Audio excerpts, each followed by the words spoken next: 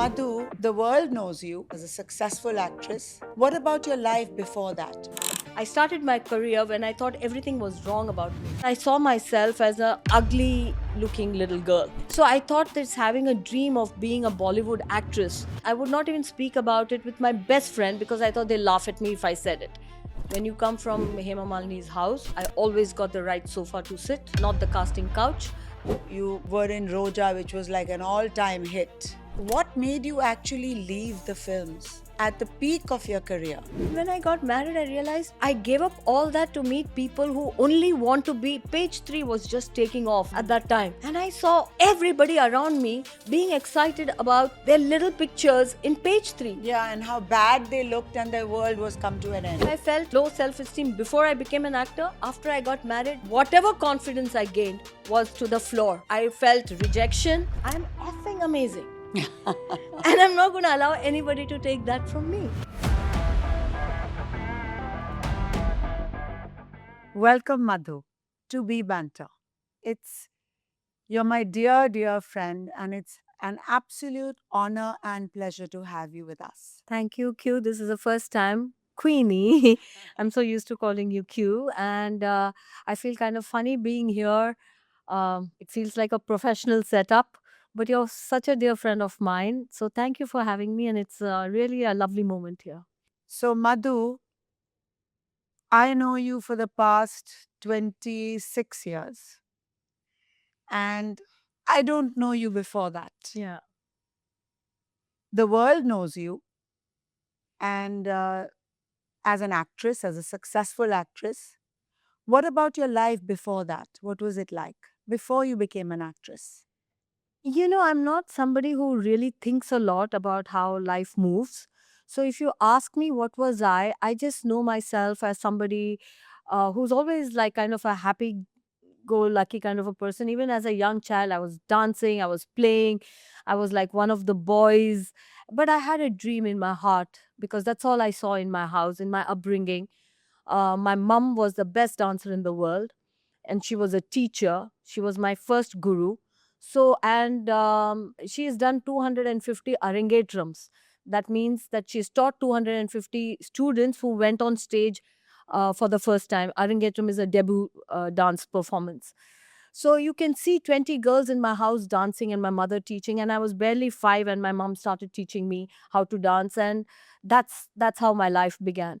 And I belong to Hema's family. Hema Malini is my cousin, and we were really, really close. So I used to be playing in a house where I saw her acting and practicing. My mom is dancing in my house.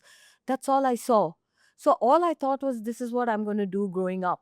But then, and my mom used to say, she became a producer. She made a film called Do Dishain back in the 70s with Dharmankal and Hema in the main lead. Dulal Guha was the director. So I was on the sets of those films, you know, and my mom is a producer, Lata ji singing, Lakshmi Kant, Pyare Lal ji, the music. So all I saw in my life was art and artists. Then my mom would tell me that she's going to make a film for me when at the right time. And then as things happened, she passed away. And I went through a really, I didn't think it was such a difficult time when it happened because, like I tell you, I don't really feel things. I'm just a little different. I don't talk. And you can imagine back in the 70s and 80s how I may have been when today I don't speak. What was I then? So, whatever happened to me, I lost that. I had it in my heart that I'm going to be an actor. But as I was growing up, 14, 15, 16, 17, I really saw myself as, hate to use these words, but I saw myself as a ugly looking little girl. And I grew up in Mumbai, I went to Mithbai College, and it's in the middle of Juhu where I saw the prettiest girls, and I didn't see myself as pretty. So I thought that having a dream of being a Bollywood actress is, I can't even express it. So I would not even speak about it with my best friend because I thought they'd laugh at me if I said it. And Bhagyashri was a dear friend of mine. We were from the same group, all of that. And she started already doing television. I can't remember the name of her program. And then she did Maine Pyar Kiya. And that was what pretty was. Bhagyashri is pretty. And I said, how can I be an actress? And but I call myself destiny's child, God's child. I had a dream and that needed to see light, because then my father was a producer. He was making a film called Avargi with Anil Kapoor, Meenakshi Shishadri, and Anu Malik was the music director. And I would be sitting in my father's set, and a director, Mahesh Bhatt, was the director. And somebody saw me on the set of my father's production and came to my father and said, I want to launch your daughter. I'm making a film with new artists. And my father comes home one evening, and in Tamil, he says to me, "That's a stupid fellow wants to make a movie with you." And I just stood there and I said, "Somebody asked you, and my father saying some stupid fellow wants to take you in a movie." That was the first time I very shyly told my father, "Yes, Appa, that's what I want to do." I didn't even have the courage to tell my father that this is the dream I have and this is what I want to do. And then my father said, "Really?" And then he called up man and he said, "Okay, let's try." And then he was the person who took me around, did my first photo shoot, put me with Roshan Taneja, acting school. I started doing all of that. And then I was rejected, 3 days. Rejected in your screen test. No, after 3 days of shooting, he said, "इस लड़की को phone उठाने नहीं आता, ये क्या acting करेगी?" This is what he said. And that was the best sentence I've ever heard in my life. Because until then, I thought this cannot happen. My dream is not in alignment with what I'm thinking and feeling about myself. So even when this person signed me, I remember going to Mahesh Bhatt at that point, because he was always on my father's set. I said, "Uncle, he signed me for this film. Do you think I can be an actress?" I'll never forget this about Mahesh ji, and thank you to him. He looked at me and he said, "Do you want to be an actress?" I said, "Yes." He says, "Then never wait for anybody to tell you whether you can be or not. You want to be, go for it." That advice and this director rejecting me, after that, I said, whether I am tall, short, dark, fair, fat, thin, um, whatever I am, I'm going to do it. Of course, at that time, when I got my success and Phulor Kante and all that happened, I thought, maine kar diya, maine kar diya, maine kar diya. Because I come from a film background with Hema, who loves me, and my father, producer. But my break didn't come from any of them. It came from an outsider. Yeah. So I always felt I did it and I don't need anybody. And of course, now I've lived life long enough to know that God has been smiling all the way through and He's always there with me. And I'm that person now. I accept everything with humility and gratitude, not that I can do it. I feel supported by the universe. But I used to have that tremendous thing that I don't need anybody. I am it and I will do it. But do you think that came from a rebellion because you didn't, you were not actually launched by your father? I didn't have anything negative about my father, but I had this thing that I don't know. I can't answer that because I feel that a lot of people could have helped me because I come from that background. I'm a nepo kid, but there was nothing nepo about me. I had to, but strangers came to me, people from outside. Full or Kante was magic. I was playing carom with my brother when a phone rang. You know those big phones. Yeah, yeah, yeah. I picked up this. Which you couldn't pick up in the screen. Yes, that was my first. By the way, that was my first scene. And apparently I didn't answer it right. And he said, "Isko phone uthane nahi aata, ye acting kya karegi?" And those 4 words I wrote on my bedside. And my father every day would come and snatch it out, and I would write it in red pen and stick it so that I open my eyes and I see that, so I don't forget that was told to me. Wow. Yeah. See, I didn't know that about you. Yeah. Nor did I know that your name was not Madhu. Your name was Padma Malini. Yeah. So when I heard this from my team, I thought they're talking, they do their own research. Yes, ma'am, her name was Padma Malini. I said, no, I would have known that. So I didn't know that. Is that the whole genre of Hema Malini and Yeah, Padma it comes Malini? from Lakshmi Stotra. And why? Padma Malini is a very film name. But I am somebody who attaches meaning to many things and make my own meaning out of things. So, well, Padma was my name. But I grew up in Delhi in Karol Bagh. My father was there in service. So, in the colony that I grew up, there were all these Punjabi young, beautiful women, didis as we used to call them. And all of them would say, Badi pyari hai, ekdam madhu hai, ekdam madhu hai. And somebody called me that, and everyone started calling me that. And I don't know, I was really little. I'm talking about when I was 5, 3, 4, 5. So, this name was given to me by the society there, Delhi society. Some girl said, Madhu jaisi, ekdam madhu hai, ekdam pyari hai. Nobody felt like calling me Padma. And my father, when he registered me in a Delhi school at that point, I don't know what came to him, what occurred to him. He just wrote my name as Madhu Malini instead of Padma Malini in the school register in Delhi. So my birth certificate name or the name given to me is Padma Malini. The name actually I live with is a name given to me by people who loved me. They just said, and I actually, so I'm born to be a public figure because my name was given by public. And that's how I believe. So even when I decided when I got married, I won't work. I decided, I wrote letters to Cineblitz, letters to all my producers, and I said, finish my work because I get married in 99 and I won't step into a set again. But it just doesn't happen like that. I'm meant to be here. I don't have a PR agency even today. I don't give press meets, but I'm always there on the set. I get called. So it's just that's what I'm meant to do. You obviously, like, I'm listening to you, a lot of things that I didn't know, and a lot of things that I'm seeing sort of for the first time. I mean, you grew up as a little girl in Karol Bagh in Delhi is something that I didn't know.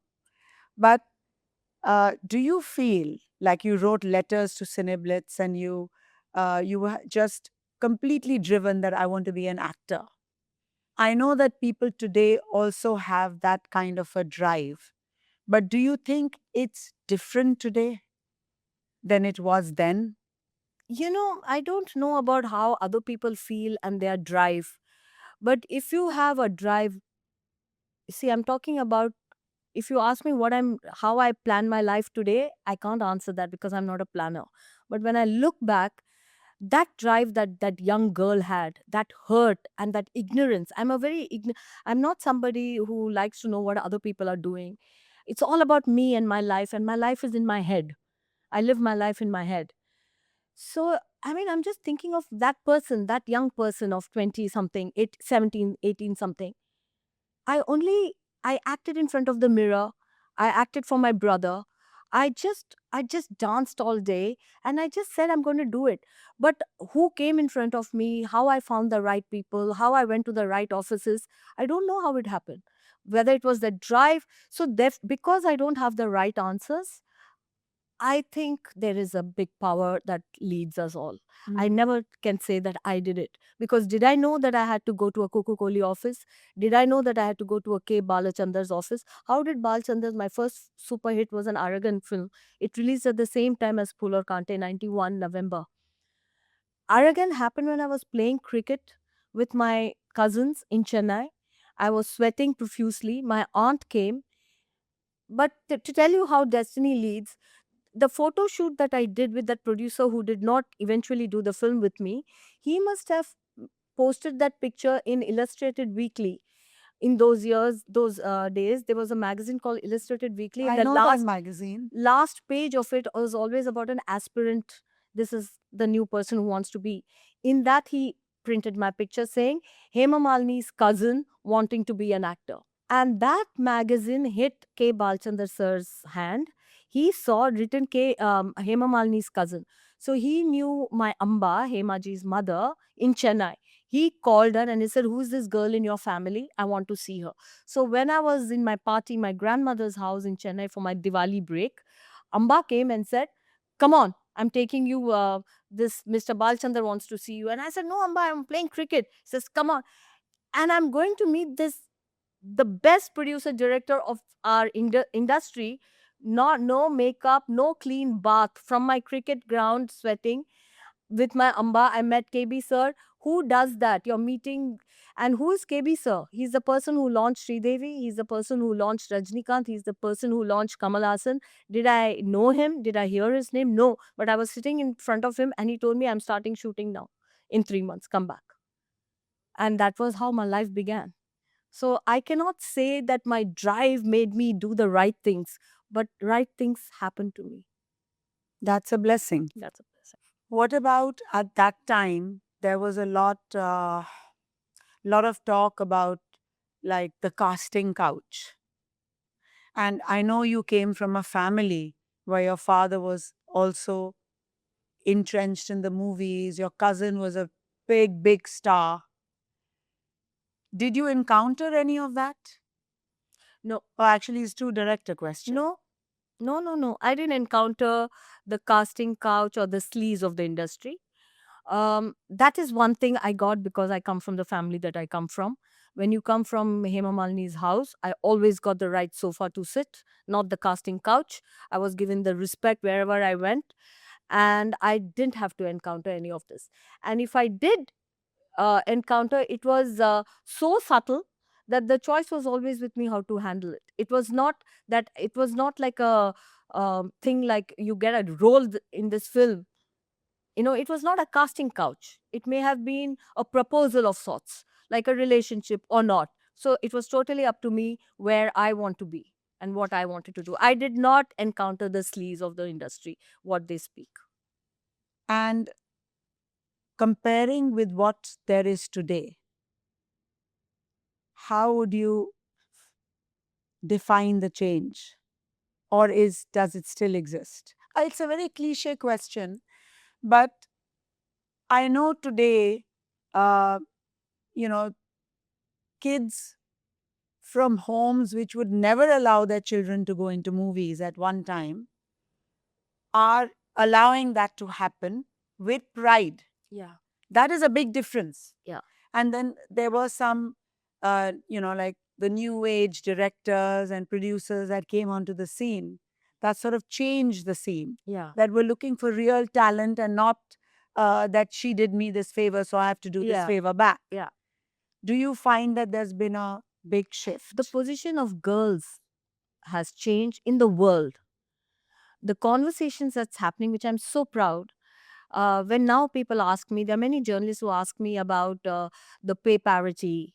Why should a girl be paid less than a hero? These questions and these thoughts were never there even in our heads at that time. Forget about asking or demanding for it, which now all the girls are saying that if the movie has me and I'm the equal, like there's a hero, there's a heroine, then why should my pay be less? So these kind of conversations have changed. The power and the position of girls in our life, in our society has changed. Therefore, I don't know where the casting couch kind of a situation exists because I've kind of been out of it for so many years. And back in the day when I was in the middle of it, I did not encounter it.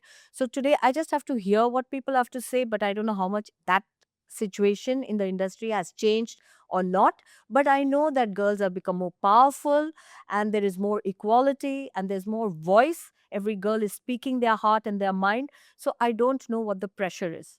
Of course, the need to be an artist or the need to be in this industry is so high. So I don't know what pressure each one feels. But to be very honest, personally, from where I come from, where I came from, where I am, I have not met or encountered anything like that. Wouldn't be able to give you an exact answer about how much it has changed, but all I can say is that the position of girls have changed in the industry. It's not like what it was. There are things in my times which we just took it for granted. We just laughed and giggled and we learnt our techniques to sidestep certain situations. Today, girls are, they're just so vocal and they're so, they're just so out there. And they make their own choices. Yeah, and they make their own choices. Because I wasn't allowed. I really wanted to join the movies, but I wasn't allowed because of the reputation. Yeah. It was a big no from my family. Of course, my background was different. I came from a business family, but I was never allowed the thought because it was the big bad world. Yeah. So I'm just saying the other side of things.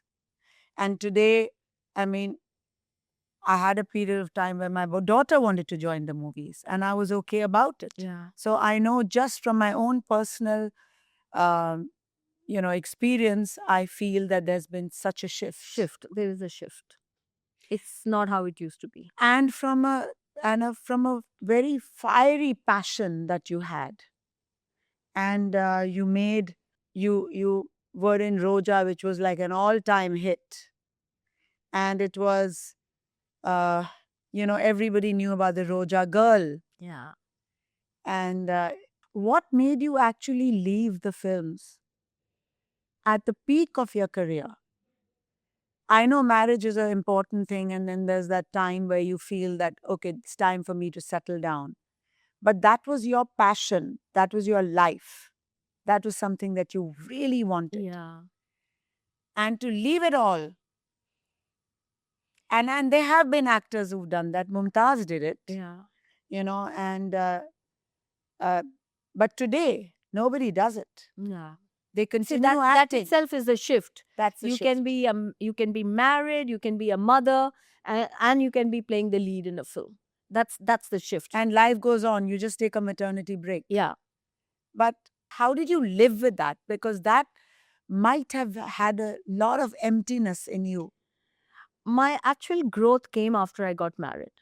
When I got married, Self growth. yeah, the greatest journey one makes, or what I do is the journey of knowing myself and really understanding myself. To be very honest, back in the day, I came with a lot of self-esteem issues, low self-worth, always doubts about, like I told you, I started off thinking I'm not good enough to be an actor. I got the opportunity, so I had this bravado, like this facade that I'm gonna, to maintain that facade, I developed a kind of arrogance and keeping people out of my zone. If someone, my best friend, would come and tell me that your makeup was off, I would not hear from them. I didn't allow anybody close to me. I was like this bulldozer. Don't want to hear anybody telling me You're anything. still a little bit like that. Yeah, that's my defense. I don't want anyone coming into my zone to tell me what is right and what is wrong. I will do what I do. And then coming from that, keeping the world out of my thing, but I was actually, the rougher I was outside, the tender I was from within. I had my doubts, I had my tears, and I had my fears. And so then I had all the successes. So I always tell people my success came not because of me, but in spite of me. Talking about self belief, I had no self belief, but my success kept coming to me. So it was funny, and I didn't want to hear any voices. I didn't want anybody telling me anything, so it was me doing it and things happening for me. And at one time I realized that I should do better, I can do better.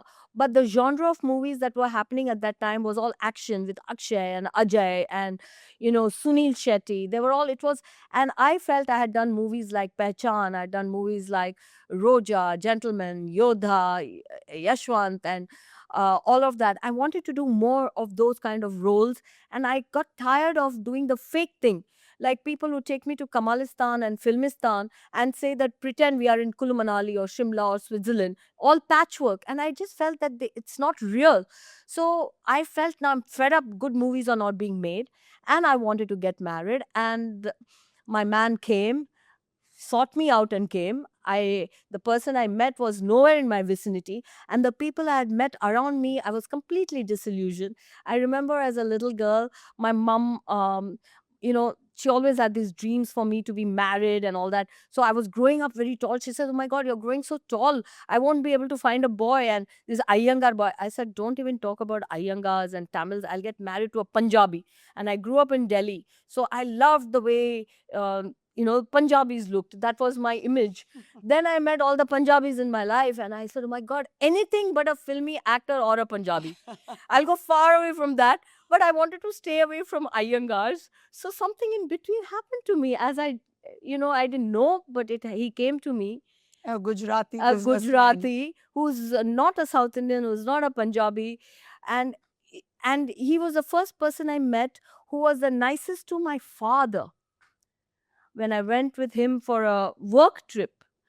He came to me as a work trip. I was supposed to shoot a calendar for his company. That's how he came to me. When I was doing that, we went for shooting in Bali. And my father, being the strict vegetarian, always, all restaurants, he wanted to know how the food was being made at the back of the kitchen. And my husband now, Anand, he would help, "Uncle, I found this vegetarian restaurant." And I said, of all the people I've met in the world, this is the only guy who looks after everything. Then I had a shoe bite, and he ran and got me a footwear so I could walk better. I met all the guys. All boyfriends do that, No, by the but way. I met guys who were like giving roses and going on the knee in the middle of a restaurant and writing those, letters. I didn't meet anybody shy, but looking after my father. And that kind of made me feel this is the person. So when I got married, I was not really very young. And I met his family, and everything seemed like this is the family that I've always wanted. And at that time, I was already partly disillusioned by the roles I was getting. I said, I'm done. I'm going to get married, be anonymous, hide away, have my children, and just be a mother and a housewife. That's how I started. Then, when I got married, I realized I gave up all that to meet people who only want to be. Page three was just taking off Mm. at that time. And I saw everybody around me being excited about their little pictures in page three. Yeah, and how bad they looked and their world was come to an end. And I said, I gave up. I remember Filmfare journalist editor would chase me and said, if I call the prime minister, I would get a time where you're not giving me your time for a Filmfare interview. And that's what I left. And here I've never felt so shitty. If I felt low self-esteem before I became an actor, after I got married, whatever confidence I gained was to the floor. I felt rejection. I felt not belonged. I felt really like out. And I said, how now? I quit everything and I've come here and I don't belong here. Rejected by the socialites? Rejected by society, the new life. I didn't understand anything about anybody here. They talked, the manicures and all that was what was consuming their time. Whereas I've grown up. If I didn't order my gas cylinder in my house, my father was in service when my mom passed away, and I was in the 10th. When I would come back, if my father will say, you have to place this, if I forgot to do that gas order, my father, we would not be able to make food in the evening. I had taken responsibility at that time of that sort. So my days was all about how to manage my acting class, my cooking of my gas cylinder, all of that. And here I said, and then I built a home, I bought a home. My first car was a second hand car. I bought cars for my father. And I said, I left all that and I feel like a nothing here. I became a nothing. So my whole life is about, for people, it is about real to real. You can ask people, how did you become an actor? What was your journey? But my journey is from real to real. I've learned life only after I got married. I was born after I was 30. I got married around 29, 30, and I was born only whatever I've learned. I upped myself. I've learned how to adjust, how to talk, how to be, how to. Back in the day, I also enjoyed a lot of alcohol. Now it seems like, I mean, you're young and you're partying, but now I say no alcohol. You feel sad, you cry. You feel happy, you laugh. You want to dance, you dance, but no alcohol. So those things, those little things that I've learned after being married. So I'm literally like a born again person. So you're telling me that you had a more difficult time to adjust to Bombay society than you had to adjust to Bollywood. Yes, Bollywood was I mean, to say this would not be correct. It was a breeze because I didn't know how I got my opportunities. I got my first movie, my second movie. After I signed my first movie, there was not a single day I was free. For 9 years, I worked from 90 to 99. I was the busiest star because I was working in 5 languages: Kannada, Tamil, Telugu, Malayalam, Hindi. I was flying around I was so busy. And all this male dominated world and the casting couch, and I was alone. My father couldn't be with me in all these villages I was shooting, but it was not difficult. What was difficult was getting married and doing nothing and sitting in the house and dealing with people who are so different from you, and I was not able to understand the mindset and what is important to people. So I learned silence is the way. Don't give your opinion, don't talk. Understand people who come from different places are not wrong, they are just different. So I stopped talking. I only see, I observe, and I grow. After such a gap, Madhu, what made you desire to go back to the movies? Again, I know it's probably a cliche question. I also know the time when you sort of were going back into it. I was around then. Yeah. I saw that you were being asked to, and you had started making inquiries into that part of. Is what made you, because your kids were still young, Yeah. what made you 2012. 2012, that's 12 years ago. Yeah. So the girls were still In school. in school. What made you want to go back to something you had decided to leave? And I mean, I know that you had like Juhi Chawla in your Yeah. family Yeah. that was, had done something like that. Yeah. So was it that that made you think about it, or was it just your own? There was some vacuum inside you. I realized the only thing I loved about, you know, the thing is, I loved being a mother. When my babies were born and I was with them, my whole world was like complete. When I would put them to bed in the night, there's nothing more I desired. But they don't remain there. They grow up, they go to school, then their life starts. And then I realized that, as long as I needed to feed them, bathe them, play with them, my life felt complete. But when that part of my life was done and I had a lot of time at hand, I realized I may be in society, I may be, but I'm not really a society person. My days don't go planning parties or doing up my homes and seeing what new menus I can offer and what new furniture or sofas or glasses or the sets. That's not me who plans a home. I'm not a homemaker in the true sense. Also, society had accepted you. Yeah. So that challenge was over, in a way. Society has accepted me in a different way. I'm still in the periphery. I'm not in the middle of it. I mean, I know everyone, I go everywhere, but I'm still not the person that is hosting every week parties and dinners, not even parties, having people over. I'm not that person. Not only that, I'm not the person who bakes cakes and makes pastas and pizzas for my children either. I don't know my way around the kitchen. So what I realized is, apart from loving my family, I love my family, love my husband, love my mama and papa and my children. Apart from offering love and giving love, I have nothing else to do for any of them. I don't make a great wife in that sense. I don't make a great mother. I don't know. I never sat and studied with my children. I don't know what to do. I know to love. I don't know what else to do. That's when I realized the only place where I feel belong is action. And I had to find myself back there. But my sense of duty and responsibility, I cannot leave my children and go. So I was very tentative, talking about destiny. So we were all having lunch one day, and with Hema and the whole family. And Hema was directing a film. Actually, she started just producing, then she became a director halfway through the film. She was directing Aisha's film, Tell Me Yo Khuda. She was doing that. And we were all having lunch. It was a family lunch. And she says to me, Papu, uh, that's my pet name, in case another thing, if you didn't know. Now that I've heard. So she says to me, Papu, we are all shooting in Rajasthan, the whole family, because Aisha was there and Ahana would be there and she was going to be there. And she said, we haven't been together as a family. Why don't you just come? And there's a small role. Just for the fun of it, you play the role and basically come and hang with us. And, at that time, my in-laws, my aunt, my husband, nobody seemed to mind. I'm going with the family to Rajasthan for 1 week, 5 days, 6 days, and I'll wear makeup and do a 3 days role.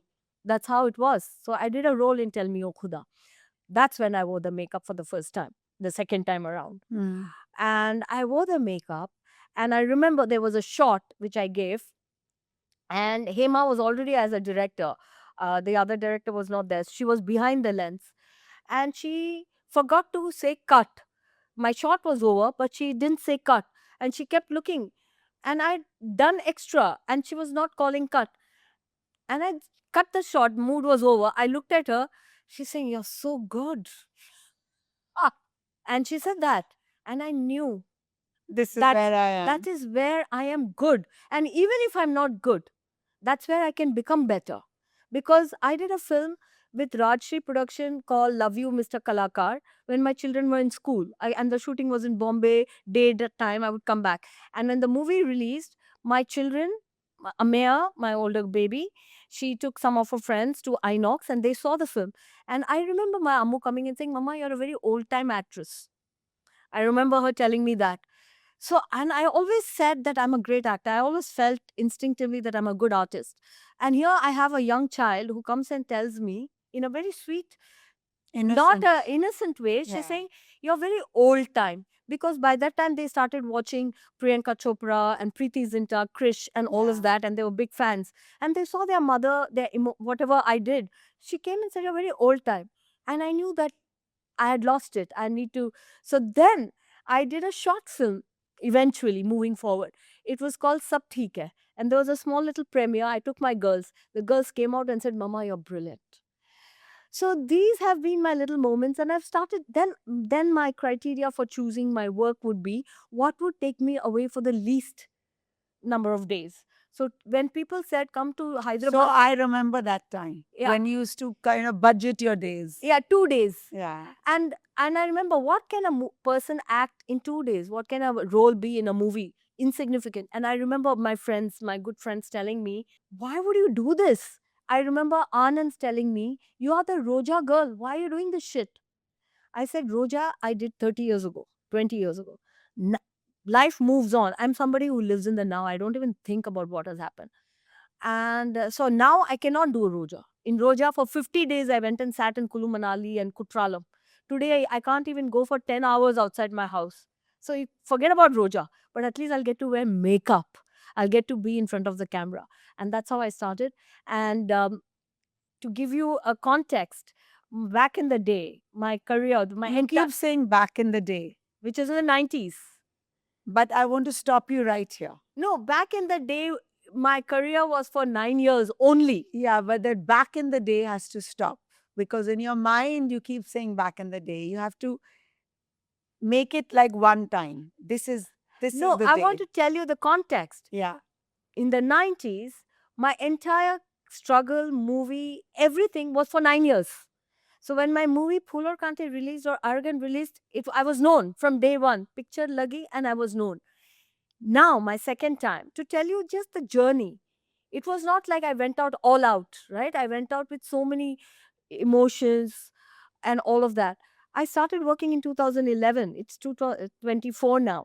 Only in the last 4 years or 5 years, everybody knows I'm working. I know I'm working. And now I don't do movies for 2 days. I take a role which asks me to come for 20 days and 30 days. So that much is the journey. What I started saying, the children won't even miss me if I step out, has now come to a point where I can tell my children I'm not going to be with you for Christmas and New Year's because I'm doing a film. So it's now 12 years, my second inning, so called. Back in the day, I released and I was out in the theater. It's already 12 years. I'm making some noise now. But these last 10 years or 12 years, I should not say it, but I felt like saying it, is more valuable to me than that, because this, in every step, every movie, everything is a growth. That was just instinctive and just a ride. This is, everything is different. How, I mean, a lot of mothers, taking away from the talk of Bollywood and society and just coming to motherhood, a lot of mothers are not able to deal with guilt. The pressure of leaving home to work. I mean, it's not only in acting, it's in any career, even if you're going for an office job, even if you're doing what I do. Yeah. Like I feel torn sometimes Yeah. because I should be spending more time with my children, but I'm working and I'm, so and sometimes I am not able to deal with that guilt. I wish I can do this, Yeah.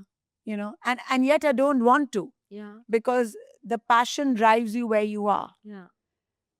So at what point did you just throw out that guilt and say it doesn't matter. Like the confidence you have now to say that I'm gone for 20 days. I mean, I know when you started off going back into Yeah. movies, you were like so guilty about even going for 5 days, Yeah. especially if Kea was sick Yeah. or something, Yeah. or she had that, she used to get that Yeah. cough thing Yeah. and used to say that I don't know how I'm going to deal with Yeah. it. And Yeah. The thing is, as a mother, like at no point you feel that it's your life and it's my life where your children are concerned. I often tell myself they are 22 and 24. It is their life and it is my life. But and I'm a guilt oriented person. It's if at all there's one thing I want to change about myself is to stop feeling guilty. And so the thing is, even now I'm here because my shoot has got cancelled, and I'm so happy about it because I get to be with my children. My 22 and 24, I can be with them. yeah. I'm still not feeling that, oh God, my shoot got cancelled. I'm like, thank God it got cancelled. I got to be that extra minute with them. Not that they, I don't know. I don't. Madhu, but times have changed. I mean, like even I have my children in their 20s, and the way we were in our 20s, Yeah. we were way more independent. Yeah. Today I feel that children are just stuck to the parents, and the parents are stuck to their children. Yeah. That time where there's that time now you're on your own, Yeah. do your thing. That hasn't happened in this generation. No. Don't you think that? Yeah, I'm unable to do it. Yeah. I mean, most parents I see are unable to do it. Yeah. They are doing, vacations with their children. They Yeah. are doing all of those things that never really happened. Yeah. When children got married, they were pretty much on their own. Yeah. Now it's like the children, their families, their everything Yeah. is Life is different. life now. is different. Yeah, but I don't know. I've never grown out of it. The only reason I could go back to work fully was like life happened in such a way that my children moved to London and they were not in boarding school. I don't think I could have sent my children to boarding school, but they were lucky enough that my parents looked after them. So I felt guilt free because I think my parents in law make better parents than us. Like Anand says, we are teenage parents. So the real parents is my mom and dad, and my children were with them. And I always feel that they are more stable emotionally, more balanced. Everything about them I find is better than me as a parent. So my children grew up with their grandmother, and here I got my chance to work again. I didn't get rid of my guilt, but life just happened. So the minute they arrive in Bombay, I still behave like they're 5 and 10 and give up everything and sit at home. I don't even commit to a party or a lunch if my children are saying, don't go, mama, even today. Whether it's a good thing or a bad thing, I don't know. But I'm trying to give them the strength to be on their own. But first, I have to make myself believe that they'll be okay without me. That feeling that every parent feels that my children are not okay without me is the worst thing you can do for yourself and for your children. And I understand that, but I have to practice it. But tell me one more thing, Madhu. In terms of yourself, you are known to be that very free person. I mean, And you'll say you're not anymore. no. You are. You are. I mean, I see it on your Instagram. Like when you dance and you sing, and you talk about the rain outside, and you talk about how you're feeling, and you just break into a dance. That lightness of energy, where does it come from? I know that you're spiritual. Does it come from the backing of spirituality, or is it just you where you feel this? Because I haven't really met anybody who's like you. I mean, when you do exactly how you feel. Even your way of dressing is the way you feel. Yeah. And your Instagram is, I know you, so I know that it's not a scripted Instagram. No. It's so spontaneous, and it's your feeling. Like, I've been with you on flights. You'll just take off on something, you'll just start singing a song. Where does that lightness of energy come from? Share it. Share it with us, because people really need to do that. The thing is that constantly it's the dialogue that you have with yourself. When things stop you, even today, I have friends who ridicule me for my dance. and it stops me. My Instagram has changed. I don't dance every time I feel like dancing on the Instagram because those words have put brakes on me. Then I tell myself, who are you to tell me what I should do on my Instagram? You don't like it, don't watch it. I love myself. I love it when I'm smiling, and especially the filters make me look so pretty. So I love to add that filter and dance. Don't watch it if you don't want to. But I want people to know that my life is not going to be defined by what you think is right and wrong. And what gives me the confidence is not my close friends who look at me and say, oh, now you're going to break into a dance. Those ridicule, no. The people I meet at the airport and said, I follow you and you give me joy when I see you. Those are the people I'm dancing for. I'm not dancing for my friends I have dinners with who think that posing straight is the only way to be on Instagram. And that is your way. Please do that. But that's not my way. I don't do a fully done up makeup or the proper makeup and the hair to come on the Instagram. Sometimes and because the filters help me. When I wake up in the morning, a thought comes to me, a thought which I want to share. Thank God for the filters that I make my look self pretty without makeup and I put it out there. So that feeling that I didn't allow anybody to tell me what I should do back in the day. I don't want anyone to tell me what I should do.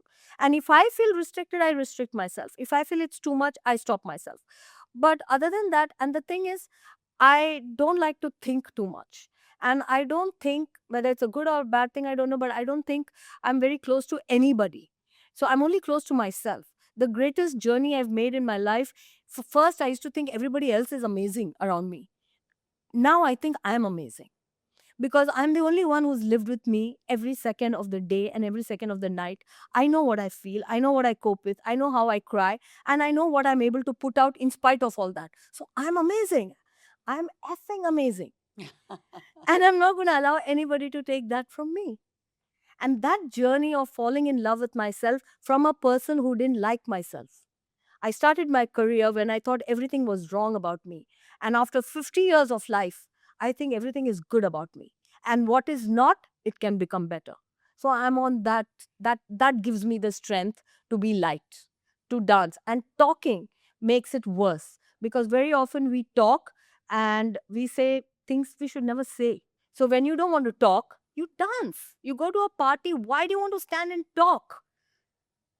Stand and dance or share a good moment, because when you talk and you have nothing to talk, then it'll always be either about your pain or about somebody else's pain. I don't want to be there. Madhu, I have to talk to you about your fitness. You're looking amazing. You don't look like you when somebody talks about back in the day, because you look very much in the present. And your beauty regime and your health regime. Tell us a little bit about it, because definitely you can still fit into the same clothes you were wearing Yes. back in the day. Yes, yes. And your smile stays the same. Your looks are hardly changed. So tell us a little bit about that. I'm a very physical person. I don't ever sit.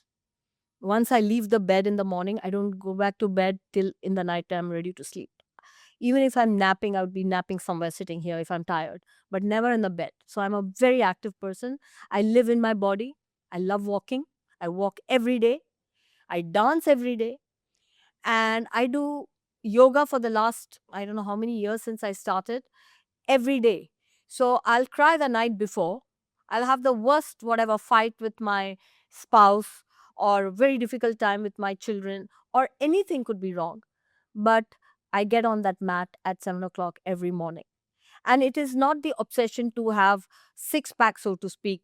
It's just I live in my body. It helps me process. And the byproduct of that, the side effect of that is I didn't know this. Is what you see. Yeah. I didn't know. I was not doing this to be thin. I mean, of course, I'm always I want to be healthy and thin and all of that. But my habits, the side effect of my, so I never say, oh my God, gym jana hai. I love being in the gym. You know, I love I don't say, oh my God, I love my samosas and pani puris. But I love it to that small extent. Yeah. So I never say, oh, I can't eat that. I have to eat this. So I don't do anything which I don't like and have to do. whatever I have to do, I start loving it. So that, and I do believe that wellness is, it's holistic. You don't work on your body and your mind and everything skin separately. If I need to cry, I need to cry. My body also feels healthy that way. And doing external things, I have started a lot of things which I do for my skin and my hair. And I have this doctor whose name I don't give to anybody. And I've told my doctor to secrecy. I said, don't tell anybody what I do with you. But yeah, I use all the tools. Tell me one thing, and Anand might kill me, but in your, when you, between 90 and 99, who did you think was the hottest male star? I have not answered that question. My children, who are young ladies today, and one of them, my Ameya, is even engaged to be married. And they ask me, who was your boyfriend? Tell us about your relationship. And that's one conversation that I don't have with anybody. Hottest star. For me, hottest forever is Shah Rukh Khan. For me, he is like, I've never been starstruck. I've never been, oh my God. But when I see Shah Rukh Khan, and when I see him opening his arms, I think he's the hottest. And especially now with his new hair, and it's just amazing. And then, What then, Q? who was the hottest then? I don't know. All of them were good. Q, you're not getting that out of me. No, why? Unbiased, like objective. Hottest, I think, was Akshay Kumar, because That is really objective. we all started off together, and I worked with all of them, and I just loved, some of the things that he would say. He would wake up at 4 and work out, and he was always on time, and he was not. Did you do a movie with him? Did a few, and I thought he was hot, and he was fun to be around, and he was happy, and he was one dancer who was stronger than me. Like, because back in the day, back in the day, Chini Prakash Master was a very popular dance master after Sarojji and all that. There was a time when all the movies were done by Chini Master.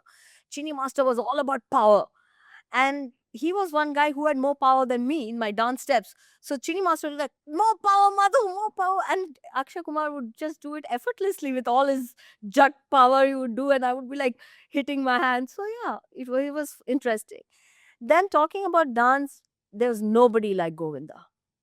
He was just, he's the best actor of our industry. I would say that. He could do, to me, he's the best actor, because I see him doing everything like this effortlessly. Yeah, so I've had some great moments like that. And the new generation? I have grown to like Ranveer Singh. When I saw him in the first movie, I didn't think he was so great. But just seeing the way he projects himself, that courage, I wish everybody gets, even I get my courage watching him. If he has the courage to wear red, blue, and be criticized by everyone, that gives me courage. That he's one guy who's successful. It's what people say. First they laugh at you, they make fun of you, they ridicule you, then they stay quiet, then they observe, and then they become your fan. And he's truly that. So I think he's amazing. Madhu, tell us a little bit about your beauty regime, your skincare regime. I'm going to be very cliched about that, because I drink a lot of water. And I drink it because I feel thirsty, and I like to eat less, so I drink a lot of water. And maybe that helps. Second of all, I've got lots of creams given to me by my doctor, and I don't miss a single day. Like, even if I come home at 2 in the morning, 3 in the night, and I'm tired, but I never miss. I'm somebody you can define. I do everything every day, whether it's starting with yoga in the Routine. morning and drinking water in the morning till the last creams that I apply. And recently, for the longest time, I never used sunblock, but because I feel I sweat a lot. And I've discovered a very nice sunblock which doesn't make me sweat now. So I don't leave my house without sunblock. And I'm a little bit scared of the sun, because my skin used to pigment very badly. So I never leave my house without my cap. And even if I look silly and funny, but I wear my cap all the time. So all those things, doing it over a period of time, has helped me. My pigmentation on my forehead is gone. And yeah, So those are things. I do everything every day. I don't change my doctors, I don't change my creams, I don't change my routine. If someone's told me that this is good for you, and if I think that's good for me, I'll do it every day. So your beauty hack is consistency. Yeah, do what is good for you every day. Tell the generation, the younger generation, what is it that that one advice that you'd like to give them? Maybe the ones that are trying to get into movies, maybe the ones that are trying. And you see, you encounter the people, you know how it is because you have children in that generation. So give an advice that is value to them. I would like to say is that we all compare, we all watch, and that makes us feel bad, because when you see someone's doing something better than you, it makes you feel bad. The only thing you can the journey you should do is not compete. I cannot say don't compare, because we watch and learn. Watch. I'm not saying shut your eyes off or close, but by looking, by watching, and give. Don't have any kind of relationship just to take. Even if you look at a friend and say you look beautiful, that gives you a lot of power, rather than saying that why is she looking beautiful and I want to be. If someone's got what you have, learn. And it's a skill that can be learned, it can be practiced. You can, even if it doesn't come naturally, it can be learned. Learn to give, and be in any situation to give and not to grab. And that gives you a lot of power. It enhances you, you learn, you gain, and automatically you see everything falling into line for you. The minute you say I'm going to take this from this relationship, I'm going to get this, and why does she have that I don't have, it only takes away from you. The more you give, you get. And this is an experience, because I felt everything. I'm no saint. I have felt envy, I've felt jealousy, and I've learned how to neutralize that. And what I've learned is to give it, it goes away from you. That bad energy, that feeling goes away, you give it, and then you just feel, you don't need to be powerful, you need to be empowered. And there's a difference. Powerful is the, people say, oh, she's influential, she's powerful, you need to make a lot of noise to be powerful. But when you feel empowered, you just attract, and you feel it, and you feel great about your life. It doesn't matter what you have, what you've done, what you've got, you feel great. And that feeling of greatness comes when you feel that you have it all and you don't need to grab. Who do you admire the most? I like people who silently walk their life head held high. And in that matter, I would consider my, actually, Hema is my cousin and I'm Esha's aunt. And I admire Hema the most, because you always see her that she's rocking it. You always see her standing tall. And it comes, and I love that. I don't like people who give away their power by talking about their problems. And I've tried everything, but I just feel that she's amazing. And I admire her. She doesn't talk about her problems. I don't think so. I've never heard it. No one has heard it. And I know every life has its own situations and highs and Course. lows, but the way she handles it, and there's something I don't know if she has people that she's talking with, and they probably will say, no, she talks to me about it. But I have never heard anything that is remotely um, sad or negative. And I just kind of feel it's an automatic gravitation. I just feel that's amazing quality about her, and I try to imbibe that. And what is that? That clearly she's been your idol. Not when I was younger. I never called her my idol or anything like that. But now I watch people around me. I know who's what. I don't want to make it, cheesy, but I admire you, because like you said, you witnessed my life. I have seen your life in many stages in the last 25 years. I love the way you wake up and go everywhere. I know the number of flights you take. I'm sure you're exhausted. I'm sure there are many things you can't do. I'm sure you're dealing with a lot of situations at home, but you never cancel anything because you're going through that. And that's something that I like. That's what I do. I don't cancel anything because of the night before, or if I have to do something, I just do it. And those are the qualities I admire. Like I admire that about Hema, I also admire that about you as a close friend. Thank you. I find that that's one thing in the new generation.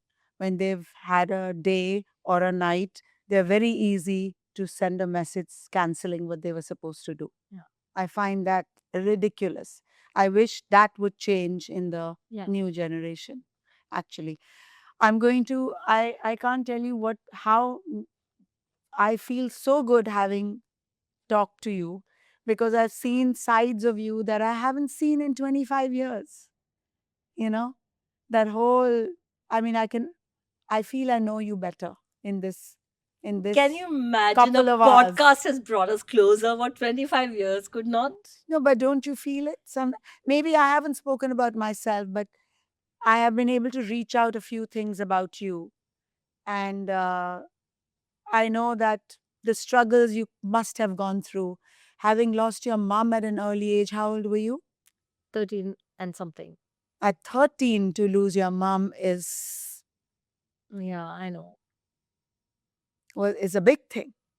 It's a big thing for a young girl who looks up to her mother Yeah. and waits for her mother to set her life for her. And then she's gone. Yeah. So that itself is something that is huge. Yeah. And then to start off from there must have been very, very painful. You know, when I talk about it, I can say it was, but it wasn't when I went through. I may have cried or whatever, but I just laughed my life through, you know.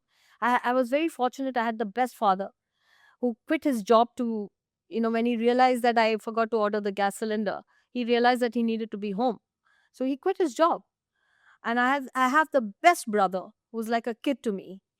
And I have a best school friend. You know, she was my anchor. Like, I mean, she was always there. So the female energy in my life. And then I made a few more friends. So I never thought it was a sad childhood. I mean, I didn't want to lose my mother, but it was not a sad childhood. I just had a lot of fun. And even now, I just have fun. I know. You know, I cry and then I'll be like, I cry and cry and cry and then shower and then go out and nobody will know that I've just cried 5 minutes before. Why do you cry? I feel things very deeply, which I don't like anyone to see. I feel it. I look like detached and all that, but I feel very sensitive and very deeply about things. So I cry, I shout, my, you know, so I talk to a lot to my God if I don't sound silly. And yeah, I talk to a lot to my mirror. That's my best friend. And then I'll That come out. means you're your best friend. Yeah, that's what I mean. The man in the mirror. And then I come out laughing and fun, and I'll have fun. And the day is gone. These are my mantras to cope. Rapid fire round. Roja or Phool or Kante, which role is closer to your heart? That's a very tough one. But let me just go with the Roja one because Phool Aur Kante was a huge hit, but I am the Roja girl. And no one forgets me because I'm Roja. Yeah. So, Roja. One word to describe your comeback to films. It's what I'm meant to do. This is where I belong. Destiny. Destiny. A role you regret turning down. Shilpa Shetty should not kill me, but it was Bazigar, Shilpa's role. You turned it down? Yeah. It came to me from Venus, and I didn't think it was a great role. So, but that was the biggest hit. And with Shah Rukh. The actor you'd love to share the screen with today, I already know. Shah Rukh Khan. No, I have few more. Oh, okay. Tell me. Amit ji and Rajni sir. One piece of advice Hema Malini gave you that stayed with you.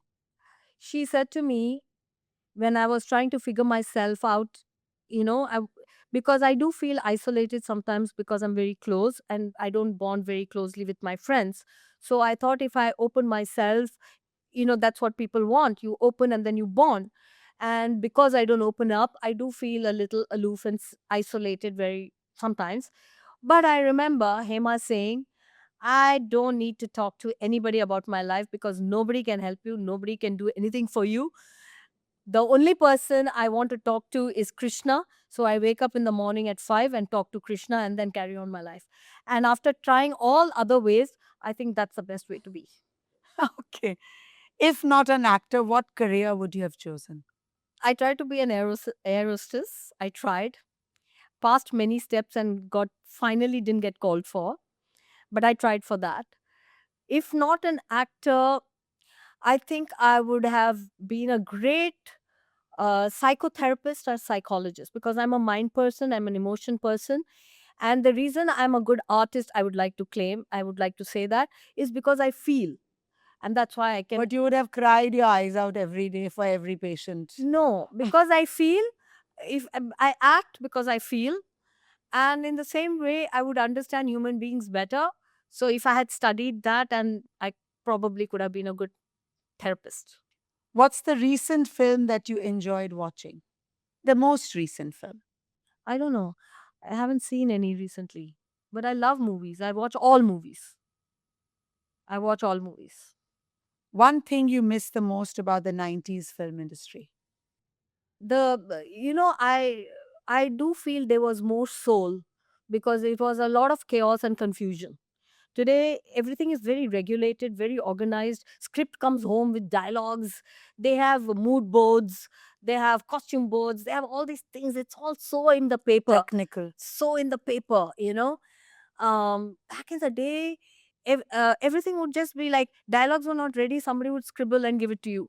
And people like Govinda never even had dialogue. They would just speak. They would, and of course, it was a little confusing and chaotic, but there was magic happen. A lot of magic used to happen unknowingly. And that somehow, Impromptu. yeah, I miss that. Though today the organized way of operating is amazing. In 5 days your role will get over, on 15 days. Then I never knew. You're going, coming, going, coming. A movie was taking 2 years, 1 year. It would just go on, and you don't know what you're doing. So those things happen, but also a lot of magic happened. Even relationships, I feel, were magical. Maybe because I was younger, now I don't allow myself for those magic. I just feel that people bonded in a different way. Today, I feel everybody has their own makeup plans. You give your shot and you disappear. Even me, I don't want to sit on the set and mingle. I go in my room. But back then, we all sat together, we laughed together, we ate together. It was fun. South movies or Bollywood? I made better relationships in the South. And as life would have it, I got better roles in the South. But I like to be national, so Bollywood. I respect South, but I don't want to be South actor. I'm an Indian actor. Thank you. Thank you for being with us and sharing so many things that one doesn't know about you. Because I know that people know you as the Roja girl. People know you as a socialite, a page 3 girl, which you became by default. And you are always very popular wherever you go. I see that because I go with you so many times and I find people stopping you and taking photos with you. And, you are a very popular people's person. And thank you for sharing all of that and being here. We love you, Madhu. Thank you. And thank you again for being with us. I'm going to give you a bee hamper.